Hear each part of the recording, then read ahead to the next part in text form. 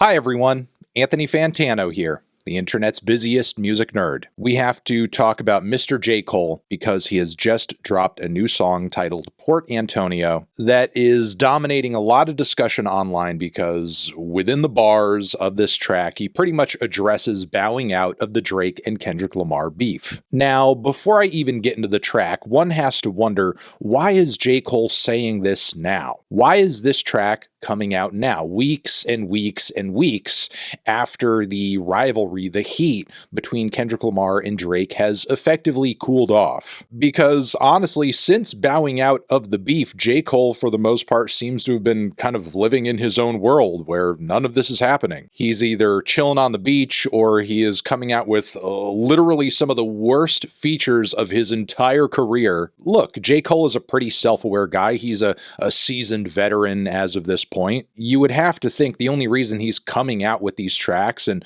sidestepping any discussion of this issue is because he wants to. This is just what he wants to do. No one can make him do otherwise. This is the path he's chosen. Now, effectively, we are detouring from the detour. Cole is now effectively trying to clear the air around something I don't even know if we need the air cleared around. Because even without J. Cole having said anything, it's apparent that he doesn't see the point in going back and forth with his contemporaries in this way, and that's reason enough not to do it if he feels that passionately about it. But no, for some reason, out of the blue, he feels the need to justify it with this new song, Port Antonio, which effectively works in two verses, kind of has your standard J. Cole sad boy talk sung flow, where he's kind of narrating you through his thoughts, and it's set to a kind of dramatic and glamorous beat with some chipmunked vocal samples in the background. Production-wise, flow-wise,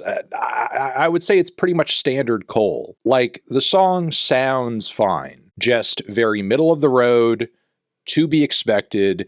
If anybody is sitting there reacting to this, like blown away by what's going on, they are 110% bullshitting you. Especially given that in the first verse of the track, J. Cole once again is essentially giving us his origin story, which, having followed Cole's work for years, I feel like he's gone over this again and again and again and again. There is no rapper I have been lyrically reintroduced to more times than J. Cole. He goes into his life story on so many fucking new tracks as if he thinks like you forgot about him since the last time you heard him. Look, I get it. With hip-hop being a genre that is so heavily based on storytelling and personal storytelling, of course artists are going to repeatedly go back into their past, whether it's Kanye or Common or Eminem or Kendrick Lamar or even Logic on his latest full-length LP, who I think did a great job of reframing the way his love of media kind of ties in with the escapism that he engaged in order to disassociate from the abuse he was suffering during his childhood. Also, the way Nas went into his past repeated times over the course of his King's Disease trilogy. Going into your past in hip-hop, nothing new. But J. Cole repeatedly engages in this practice in a way to where it feels like he's just reheating leftovers in the microwave, and he's just giving us the same past experiences and tropes and thematic angles that he has given us time and time and time again, with no new perspective on any of it. As far as I can tell, the only purpose this first verse serves is to essentially tell us that the reason J. Cole got into rapping in the first place was to cope with emotions and hard times and stuff going on in his personal life, which not only is that already obvious without him saying it, I mean, it's also the motivation for a lot of different rappers and artists out there. Why does this need to be stated in your case as if you're unique in this way? But also, with this inference out of the way,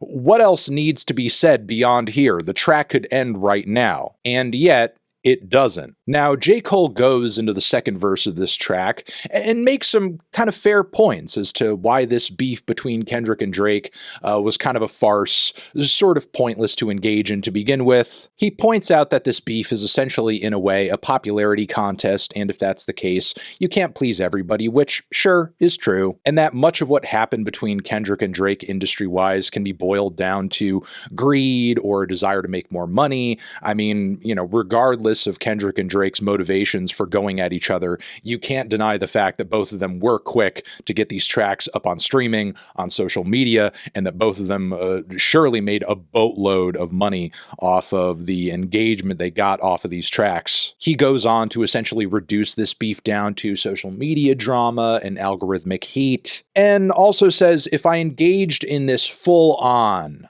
I would have lost a friend, I would have made enemies, which, I mean, could also be true too, even if that doesn't fully jive with the logic that it's just all about money or something. Because if it truly was just all about money and stirring the pot, then you'd have to imagine on some level that there aren't really any hard feelings there. When in fact, I think very obviously there were, which is why J. Cole's narrative here starts to fall apart as he throws out more lines, saying that essentially Kendrick and Drake went at each other in the way that they did in order to build their legacies and be number one. Did you even listen to any of the fucking tracks? I mean, for sure there is an element of competition to what Drake and Kendrick engaged in months ago at this point, but there was also very clearly something personal going on there, attempting to slander and defame one another, dig up dirt on one another. This clearly was not just a show of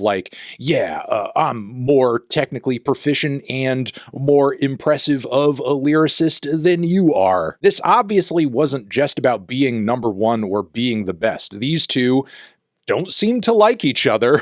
And furthermore, Kendrick did that Let the Party Die track where he further explained his motivations for engaging in the beef, I guess as an attempt to highlight goings-on and trends within the hip-hop community behind the scenes that he doesn't really seem to like. Be that the materialism, the hedonism, not really giving people substance with your work and with your platform, taking advantage of others. I mean, you could argue a lot of things in the face of this song, that it's an attempt on Kendrick's part to wield power he doesn't actually have, that it's him dipping into his savior complex a little bit again, which is something that he narratively tried to back away from on Mr. Morale. Again, you could argue a lot of things, but he made his motivations painfully clear, and he obviously wasn't just doing this to be number one. So again, I kind of wonder if J. Cole was even paying attention to the back and forth between Kendrick and Drake and picking up on the substance of it. From here, he goes on to drop bars about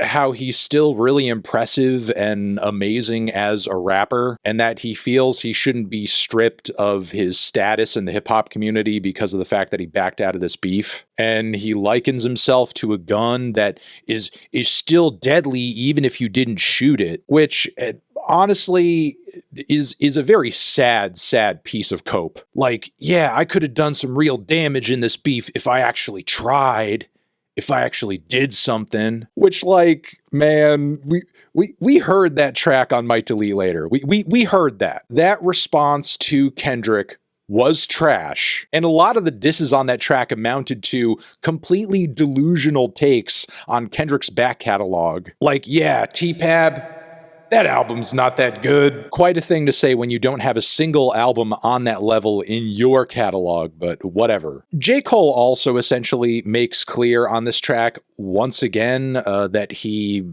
wants to be a man of peace, that he's essentially taking the pacifist route here, which is why he didn't engage in the beef. And again, I feel like we already knew that. I feel like that was already made clear by previous statements and actions. So again, to finish this review off, I have to wonder, why did he make this song? Why does it exist? It literally tells us nothing that we didn't already know. Musically and lyrically, by J. Cole's usual standards, it's okay. It essentially clears the air around nothing, and frankly, I feel like it puts J. Cole in an even worse place. It's really sad to sit here and listen to him convince himself that, yeah, if I got engaged in this beef, man, it would have been crazy. Like, then it really would have been deadly, which, again, did you even pay attention? I think this Drake and Kendrick thing got just about as bad as it could have gotten, with all of it having stayed on wax, of course. Again, considering all of the personal attacks and the slander and the unsubstantiated rumors that were thrown back and forth in these tracks, I don't see how J. Cole getting involved would have brought things even further into the mud. It was in the mud. If Cole stayed in this thing, he would have been the dude in the threesome nobody's paying attention to anyway, which is a sad thought, and that's essentially what I think this new track is from Cole. It's a sad thought. But yeah, those are my thoughts on that, essentially. What are yours? Let me know in the comments. I'm sure you will. Over here next to my head is another video that you can check out. Hit that up or the link to subscribe to the channel. Anthony Fantano, J. Cole, forever.